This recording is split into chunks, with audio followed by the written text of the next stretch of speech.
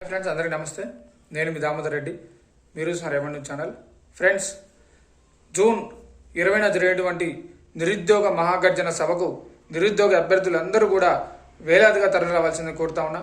ఎందుకంటే నిరుద్యోగ సమస్య ఏ విధంగా ఉందో, ఎంత తీవ్రంగా ఉన్నదో మీ అందరూ కూడా రోజు చూస్తూ ఉన్నారు. ప్రతి ఒక్క నిరుద్యోగి కూడా పుస్తకాలతో కుస్తీ పడుతున్నారు, కానీ నోటిఫికేషన్ ఎప్పుడు వస్తాయని చెప్పేసి కూడా ఎవరికి క్లారిటీ లేని సందర్భం ఉన్నది ఇక్కడ.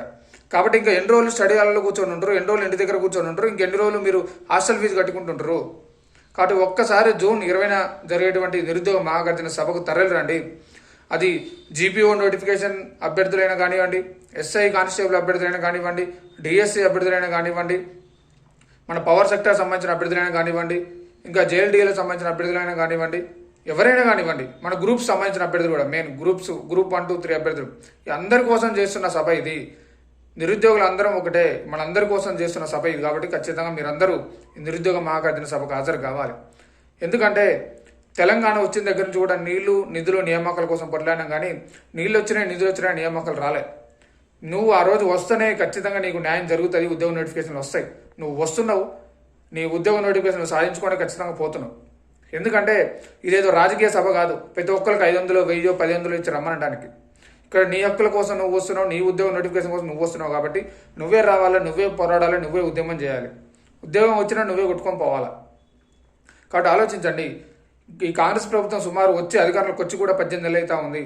ఇంతవరకు ఒక్క కొత్త నోటిఫికేషన్ కూడా ఇవ్వకుండా ఆల్రెడీ మన పాత చింతకాయ పచ్చల్లాగా చెప్పిన అబద్ధాన్ని 100 సార్లు చెప్తే నిజం అవుతుంది అనుకుంటున్నాం సీఎం రేవంత్ రెడ్డి గారు.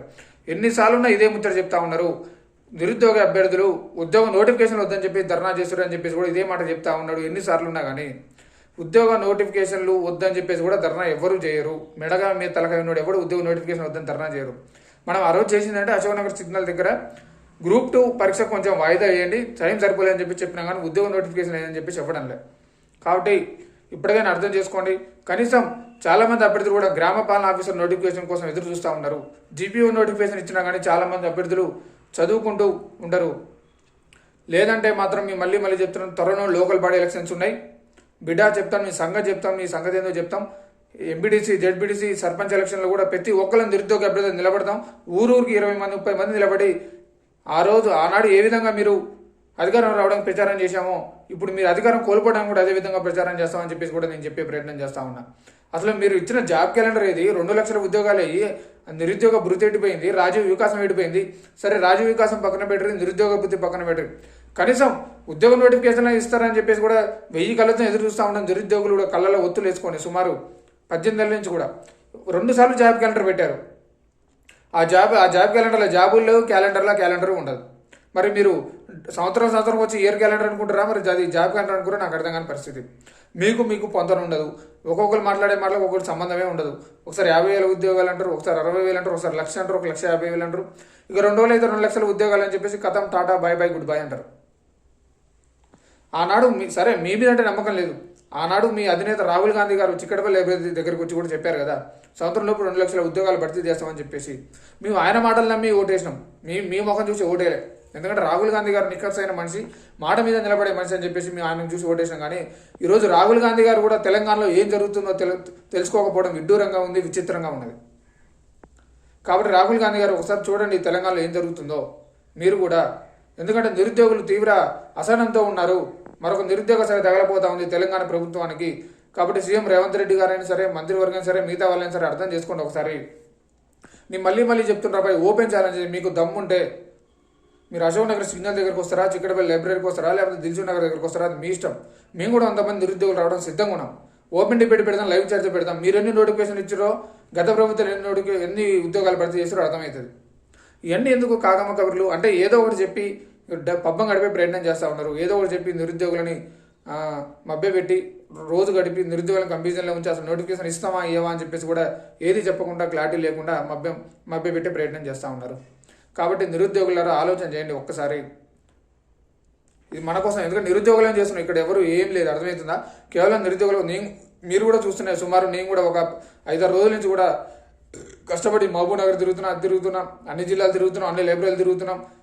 కానీ కొన్ని లైబ్రరీలో దిగిన ఫోటోలు కూడా కొన్ని పెట్టాలి గ్రూపులలో కూడా. ఎందుకంటే సరే ఎందుకులే అని చెప్పేసి కూడా ఇక్కడ స్టడీ హాల్ తిరుగుతున్నాం, అన్ని తిరుగుతున్నాం. ఎందుకంటే మనందరి కోసం చేస్తున్నాం. ఎందుకంటే ఒక ఉద్యోగం వస్తే అందరికీ సంతోషమే. ఒక ఉద్యోగం వస్తే ఒకరికి వచ్చినట్టు కాదు, ఒక కుటుంబం మొత్తం సంతోషంగా ఉన్నట్టు ఒక కుటుంబానికి వచ్చినట్టు. కాబట్టి జూన్ 20న జరిగేటువంటి నిరుద్యోగ మహాగర్జనకి నిరుద్యోగ అభ్యర్థులారా, ఆ రోజు మన సింహగర్జన ఎట్లుండాలంటే ధర్నా దగ్గర చేసినట్టు సౌండ్ సెక్రటరీ కనపడాలి. కాబట్టి వేలాదిగా తరలిరండి. సమస్య మనది కాబట్టి మనం పోరాడుకుందాం. ఇలా ఎటువంటి తారతమ్యాలు లేవు. అంటే ప్రతి ఒక్కరు కూడా మాట్లాడవచ్చు. ఇక్కడ పోలీసు పర్మిషన్ కూడా తీసుకుంటున్నాం కాబట్టి మీరు ఎటువంటి భయాందోళనకు గురి కావాల్సిన అవసరం లేదు.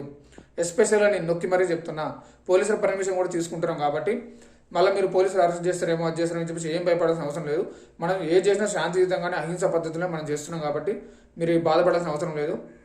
నేను మళ్ళీ చెప్తున్నా, ఖచ్చితంగా తరలి రావాలా. ఇంకెన్ని రోజులు మన శ్రీశ్రీ గారిది ఒక ఉంటుంది కొటేషన్, ఎముకలు కూలిన వయసు మిల్లిన యువకులారా ఏమిటి మీ వల్ల ఉపయోగం అని చెప్పేసి కూడా రా. ఎందుకు ఇంకా ఎన్ని రోజులు ఇంట్లో కూర్చొని ఉంటావు, ఎన్ని రోజులు స్టడీలో చదువుకొని ఉంటావు, ఎన్ని రోజులు హాస్టల్ ఫీజు కట్టుకుంటూ ఉంటావు.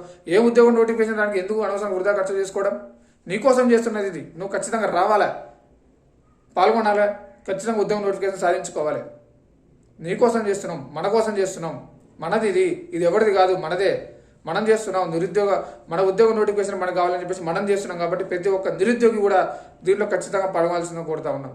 అందరూ ఆహ్వానితులే, ఇలా ఎవరు కాదని లేదు. అన్ని నోటిఫికేషన్ వాళ్ళు ఆహ్వానితులే. అన్ని నోటిఫికేషన్ గురించి కూడా మాట్లాడతాం. ఎందుకంటే అందరం నిరుద్యోగులమే.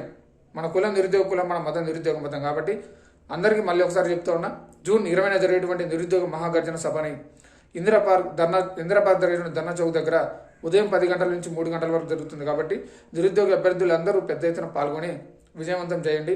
నిరుద్యోగుల ఐక్యత వర్ధిల్లాలే. జై తెలంగాణ, జై జై తెలంగాణ. ఎందుకంటే తెలంగాణ అంటేనే పోరాటం, తెలంగాణ అంటేనే ఉద్యమం, తెలంగాణ అంటేనే ఉప్పెన, తెలంగాణ అంటేనే ఆవేశం, తెలంగాణ అంటేనే ఒక ఆరాటం. చెట్టుకి చీమకు కూడా మనం ఉద్యమం నేర్పినాం, ఊపిరి పోసినాం. అట్లాంటిది మనం చలనం ఉన్న మనం రాలేమా? కాబట్టి ఖచ్చితంగా వస్తున్నాం, మనం ఖచ్చితంగా పోతున్నాం. ధర్నా చౌక్ దగ్గరికి ఖచ్చితంగా మనం విజయవంతం చేసుకుంటున్నాం. మన ఉద్యోగ నోటిఫికేషన్ సాధించుకుంటున్నాం.